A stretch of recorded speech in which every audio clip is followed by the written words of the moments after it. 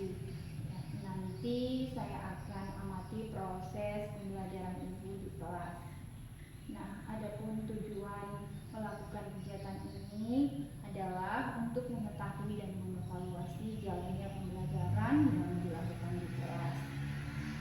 Adapun tujuan melakukan kegiatan ini adalah untuk sebagai persiapan awal nanti sebelum melakukan pembelajaran di kelas.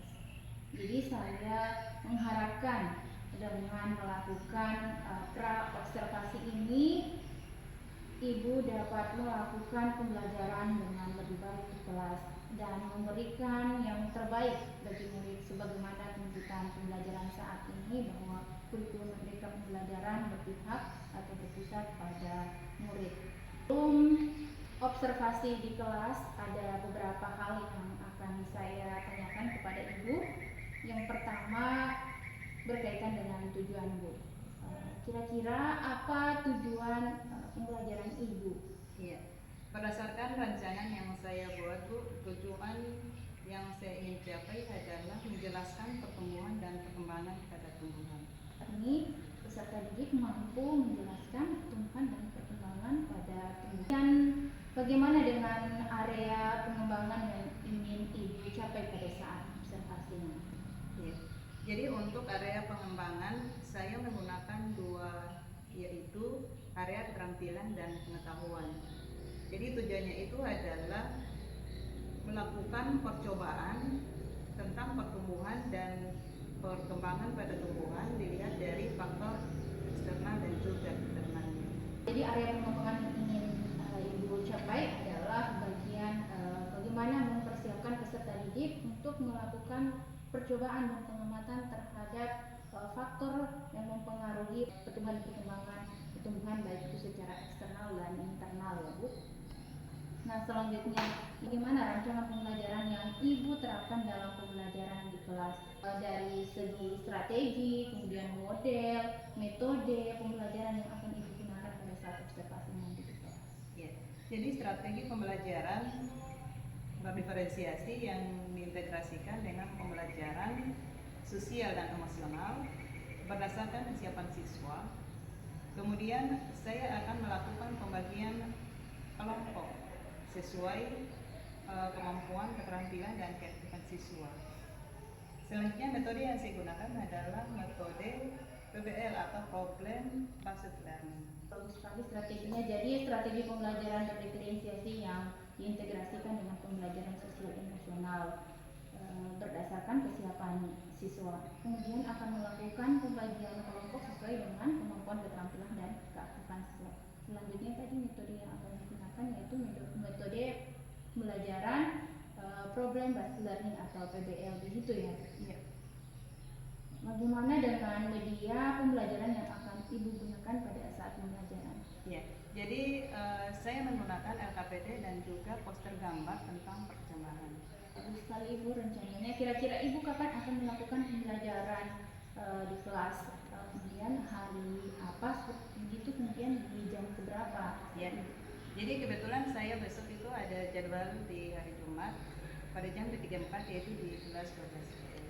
Oke, ya, jadi nanti besok saya akan datang di kelas Ibu.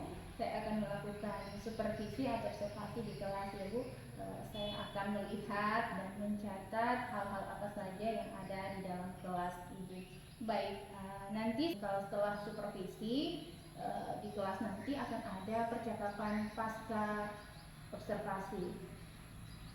Ya, baik sebelum kita akhiri percakapan kita ini Bu, boleh saya tahu apa yang Ibu dapatkan dari hasil percakapan kita hari ini? Ya, saya mendapatkan gambaran tentang media apa yang saya gunakan nanti serta metode apa yang saya gunakan Bu. Ya, terima kasih Ibu atas waktunya sudah mau bersedia berbincang-bincang dengan saya di dalam percakapan pra-observasi ini. Sampai bertemu di kegiatan observasi di kelas besok ya Bu. Ya, demikian percakapan kita hari ini Bu. Sampai bertemu di observasi di kelas dan percakapan pasca observasi. Wassalamualaikum warahmatullahi wabarakatuh. Terima kasih banyak Ibu. Assalamualaikum warahmatullahi wabarakatuh. Waalaikumsalam.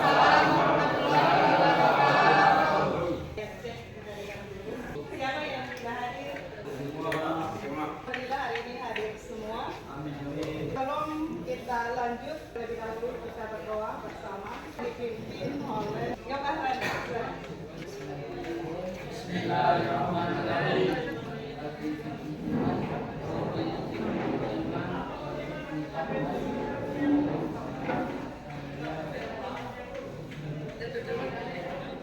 Pertemuan terakhir kita sudah bertemu dengan materi yaitu pertumbuhan dan pengembangan pertumbuhan.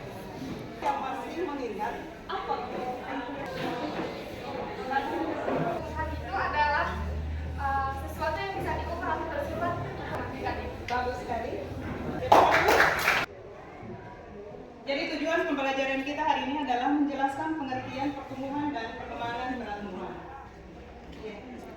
Jadi sebelum kita lanjut, kita lihat dulu bahwa pertumbuhan tadi sudah dijelaskan dan perkembangan itu sebenarnya adalah proses kematangan fungsi organisme.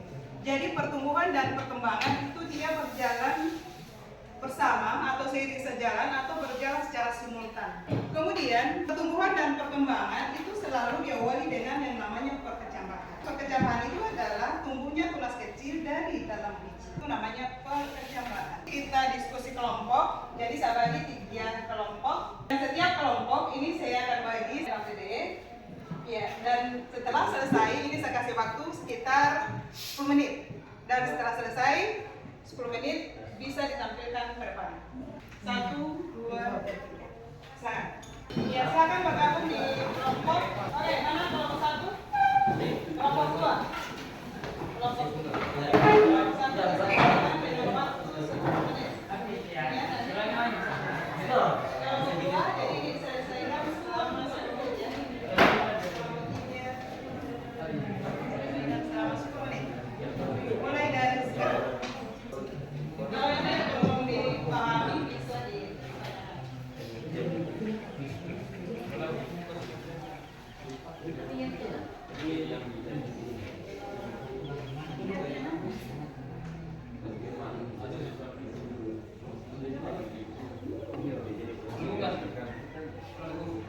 ya, jadi sambil dijari bisa tempelkan juga gambar karena di situ berkaitan dengan tugas yang didiskusikan.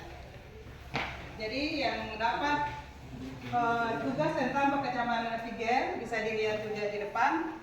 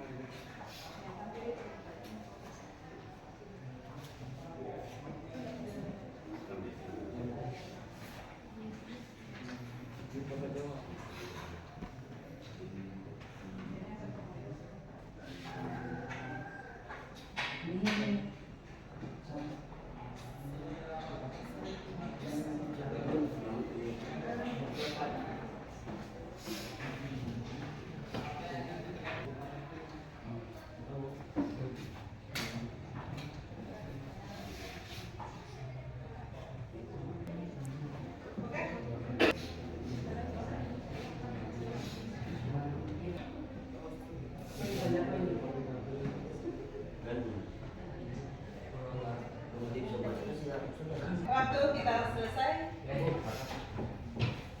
Jadi mari kita tampilkan diskusi kita pada kesempatan ini. Saya mulai dari kelompok 1 maju.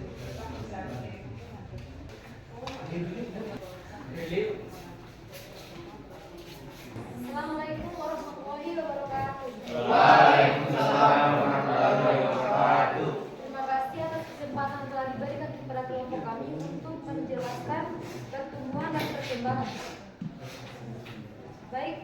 persilakan kepada saudara saya Srawati untuk menjelaskan pertumbuhan dan perkembangan.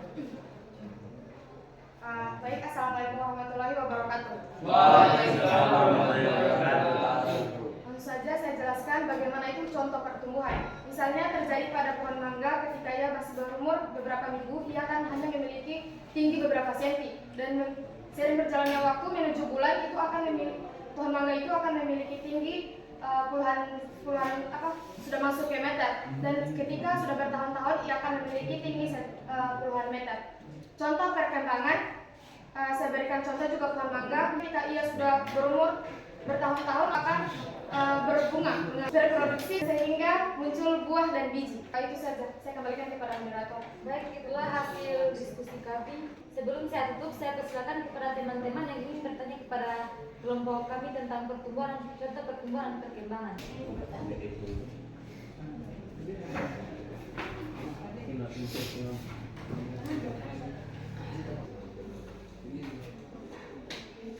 Baik, saya persilakan kepada Laude Fadli untuk memberikan pertanyaan kepada kami. Assalamualaikum warahmatullahi wabarakatuh. Waalaikumsalam warahmatullahi wabarakatuh. Saya akan memberikan pertanyaan kepada kampus satu. Saya akan memberikan contoh makhluk hidup yang lain seperti manusia. Maksudnya untuk contoh perkembangan. Berikan kami beberapa menit untuk menjawab pertanyaan Laude Fadli. Baik, kami akan menjawab pertanyaan dari saudara Laude Fadli. Saya persilakan kepada teman saya untuk menjawab pertanyaan Laude Fadli. Menjawab pertanyaan dari Laude Fadli yang pertanyaannya itu memberikan contoh perkembangan makhluk hidup yang lain, contoh seperti manusia. Misalnya, contoh pertumbuhan pada manusia itu ketika misalnya bayi itu ukuran badannya atau tinggi badannya itu masih berukuran beberapa senti. Seiring berjalannya waktu ketika ia sudah menjadi balita itu akan tumbuh tingginya menjadi puluhan senti atau sudah masuk meter. Sedangkan kalau misalnya remaja itu berat badannya kan sudah 45, 50 atau sekian. Sedangkan contoh perkembangan pada manusia itu misalnya pada saat ia dewasa itu manusia sudah memiliki atau sudah mengalami kematangan organ sehingga sudah bisa bereproduksi. Baik, saya kembalikan kepada Laude Fadli. Apakah jawaban kami diterima atau tidak? Terima. Oke. Depan dulu. Mungkin masih ada yang mau memberikan pertanyaan kepada kelompok kami. Setelah sudah tidak ada presentasi kami tutup dengan mengucapkan wabillahi taufiq wal hidayah. Wassalamualaikum warahmatullahi wabarakatuh. Ya, jadi kita berikan kepada kelompok. Kita menang kepada kelompok 2. Kita speaking dulu yang dipimpin oleh Rawati. Kita mulai 1, 2, 3. Ini Kami. yang ini. Kalau yang ini yang ini yang ini kalau yang ini oke, kita menjadi tamu. Terima kasih. Sekarang kita melangkah pada dari kelompok 2. Assalamualaikum warahmatullahi wabarakatuh. Waalaikumsalam warahmatullahi wabarakatuh. Terima kasih atas kesempatannya yang diberikan kepada kelompok kami untuk menjelaskan materi kami yang berjudul perkembangan epigen pada kacang hijau. Saya persilakan kepada Julius menjelaskan. Perkecambahan epigel terjadi apabila ada pembentangan ruas batang di bawah daun lembaga atau hipokotil sehingga mengakibatkan daun lembaga dan kotiledon terangkat ke atas tanah. Contohnya kacang hijau, kacang tanah. Perkecambahan epigel proses pembentangan kokotil sehingga menyebabkan dan kotiledon terangkat ke atas tanah. Itulah penjelasan perkecambahan epigen. Sebelum saya tutup, saya berikan kepada teman-teman untuk bertanya kepada kelompok kami. Saya persilakan kepada Muhammad Al-Safiyah.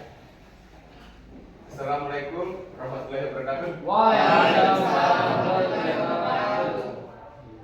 Saya mewakili kelompok 1 untuk bertanya kepada kelompok 2. Yang pertanyaannya, apakah pada perkecambahan epigen semua kotiledonnya terangkat di atas permukaan tanah? Assalamualaikum warahmatullahi wabarakatuh. Berikan kami waktu untuk menjawab pertanyaan kelompok 1.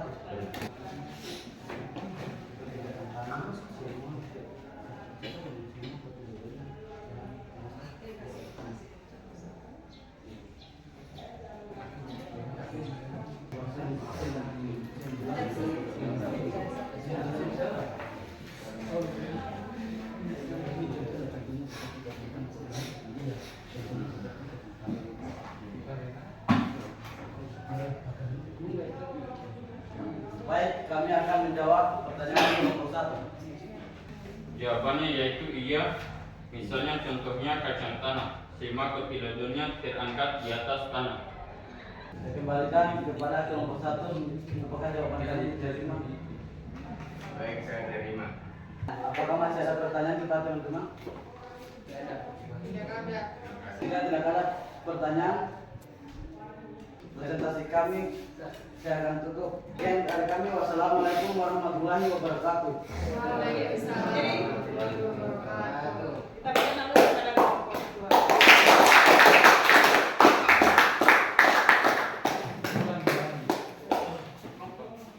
Jadi itu penampilan dari kelompok 1 dan juga kelompok 2. Dari dua kelompok yang sudah tampil, mungkin ada yang bisa memberikan kesimpulan.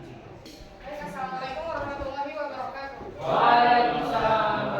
Berdasarkan presentasi kita hari ini, saya dapat menyimpulkan contoh pertumbuhan dan perkembangan. Contoh pertumbuhan yang sudah saya jelaskan di depan tadi terjadi pada pohon mangga ketika ia masih berumur mingguan, itu akan memiliki tinggi beberapa senti. Sedangkan ketika dia sudah berumur bulanan, dia memiliki tinggi beberapa meter. Contoh perkembangannya itu ketika pohon mangga sudah mulai berbunga dan memiliki kematangan sehingga dapat menghasilkan buah dan biji. Pengertian dari perkecambahan epigel itu ketika adanya pembentangan akar ke dalam tanah sehingga mendorong kotiledon dan plumula muncul ke permukaan tanah.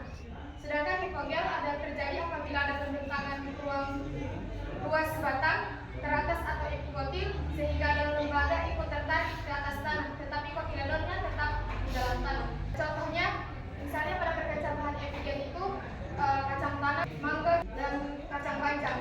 Sedangkan pada hipogel itu dapat teman-teman lihat ada pada jagung. Itu saja yang dapat saya simpulkan. Wassalamualaikum warahmatullahi wabarakatuh. Pada kesempatan ini ada materi yang belum dijelas, mungkin bisa ditanyakan sekarang.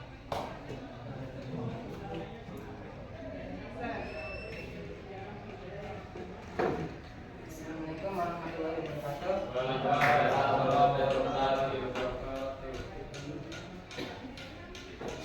Saya akan berikan pertanyaan kepada guru, yaitu bagaimana tumbuhan itu dapat dikatakan dewasa. Oke, ini saja. Assalamualaikum warahmatullahi wabarakatuh. Ya, terima kasih Yoka Landa.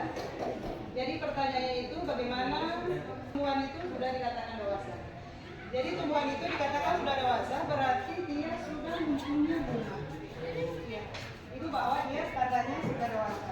Jadi pada saat dia berbunga berarti nanti sudah mengalami kematangan organisme sehingga nanti bisa menghasilkan keturunan itu buah. Masih ada pertanyaan lagi? Ya, jadi kalau sudah tidak ada pertanyaan, naikkan ke atas lembar, kita evaluasi. Tulis nama dan jadi nomor 1, jelaskan pengertian pertumbuhan. Nomor 2, sebutkan masing-masing satu contoh perkecambahan epigel dan hipogel. Itu dia selama ya.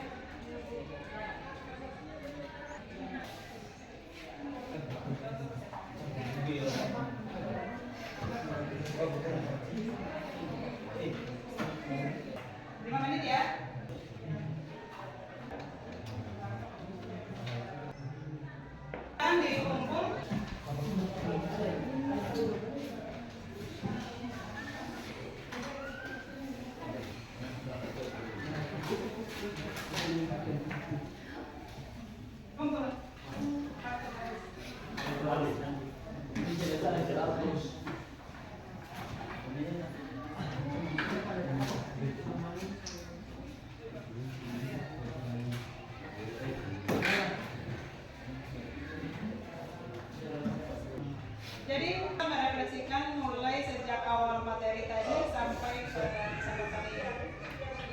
Siapa yang? Jadi saya persilakan kepada Acilias untuk merefleksikan. Assalamualaikum warahmatullahi wabarakatuh. Waalaikumsalam warahmatullahi wabarakatuh.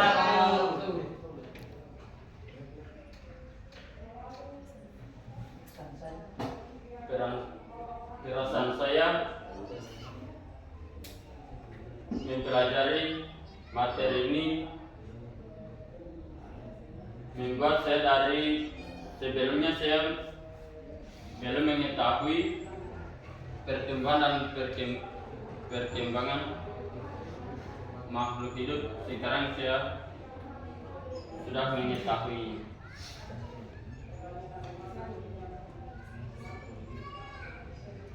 Dan saya merasa senang dengan mempelajari materi ini. Itu saja yang saya sampaikan. Akhir kata, wabillahi taufiq wal hidayah. Wassalamualaikum warahmatullahi wabarakatuh.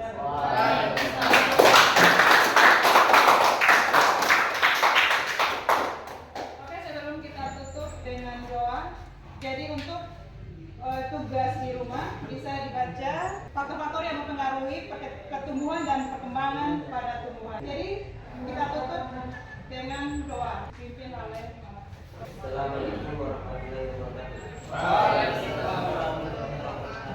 Sebelum kita tutup presentasi kali ini, marilah kita berdoa. Berdoa dimulai. Bismillahirrahmanirrahim. Bismillahirrahmanirrahim.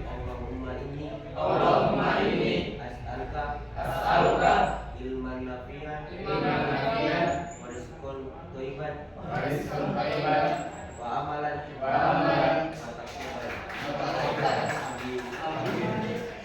Seiring dengan ucapan wassalamualaikum warahmatullahi wabarakatuh. Assalamualaikum warahmatullahi wabarakatuh. Ibu, Waalaikumsalam warahmatullahi wabarakatuh, Bu. bagaimana kabarnya hari ini, Ibu? Alhamdulillah baik, Bu. Ibu sendiri bagaimana kabarnya? Alhamdulillah baik, Bu. Hari ini kita kembali bersama bertemu di tempat ini sebagai tindak lanjut dari kegiatan supervisi yang kita lakukan kemarin. Pada hari ini kita sudah masuk pada kegiatan percakapan pasca supervisi.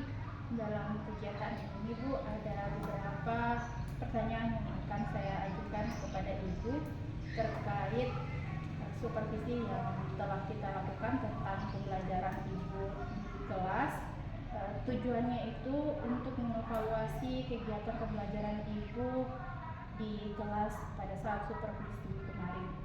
Baik, pertanyaan pertama adalah bagaimana perasaan Ibu terkait hasil pembelajaran yang telah Ibu lakukan pada kegiatan supervisi kemarin. Jadi terkait perasaan saya tentang proses pembelajaran yang saya lakukan pada saat supervisi kemarin, itu saya merasa ada tegang dan juga gugup pada awalnya. Karena saya tidak terbiasa ketika saya mengajar di dalam kelas itu ada orang lain yang sedang mengamati saya pada saat mengajar. Tetapi dengan berjalannya waktu, alhamdulillah agak santai dan pada akhirnya saya bisa menyelesaikan pembelajaran saya dengan perasaan santai. Alhamdulillah, berarti secara keseluruhan berjalan lancar. Saya lanjut lagi ya, Bu. Bisa diceritakan kembali Ibu area pengembangan kompetensi apa yang Ibu kembangkan dalam proses pembelajaran yang Ibu lakukan di kelas pada saat supervisi. Dalam hal ini, apa saja langkah-langkah atau tahapan apa saja yang Ibu lakukan pada saat proses pembelajaran pada saat supervisi? Baik, Bu. Jadi pada pembelajaran saya pada saat supervisi itu ada dua area kompetensi. Yang pertama itu adalah area pengetahuan dan keterampilan. Jadi di pengetahuan itu saya mengharapkan siswa mampu untuk menjelaskan pengertian pertumbuhan dan perkembangan pada tumbuhan. Oke, baik Ibu. Jadi Ibu mengembangkan dua area kompetensi ya, Bu? Iya, Bu. Nah, selanjutnya sejauh mana keberhasilan area pengembangan kompetensi yang Ibu lakukan dalam pembelajaran di kelas pada saat supervisi? Menurut saya Bu, saya itu melakukan pembelajaran sesuai dengan tahapan-tahapan yang saya rancang, sesuai dengan langkah-langkah yang saya buat dalam belajar. Mungkin saya rasa sudah berhasil Bu. Jadi secara keseluruhan sudah berhasil ya Bu? Iya Bu, walaupun ada sedikit kendala yang saya hadapi. Oke, baik. Tadi menurut hemat Ibu pada saat supervisi masih ada kendala dalam pembelajaran yang Ibu lakukan.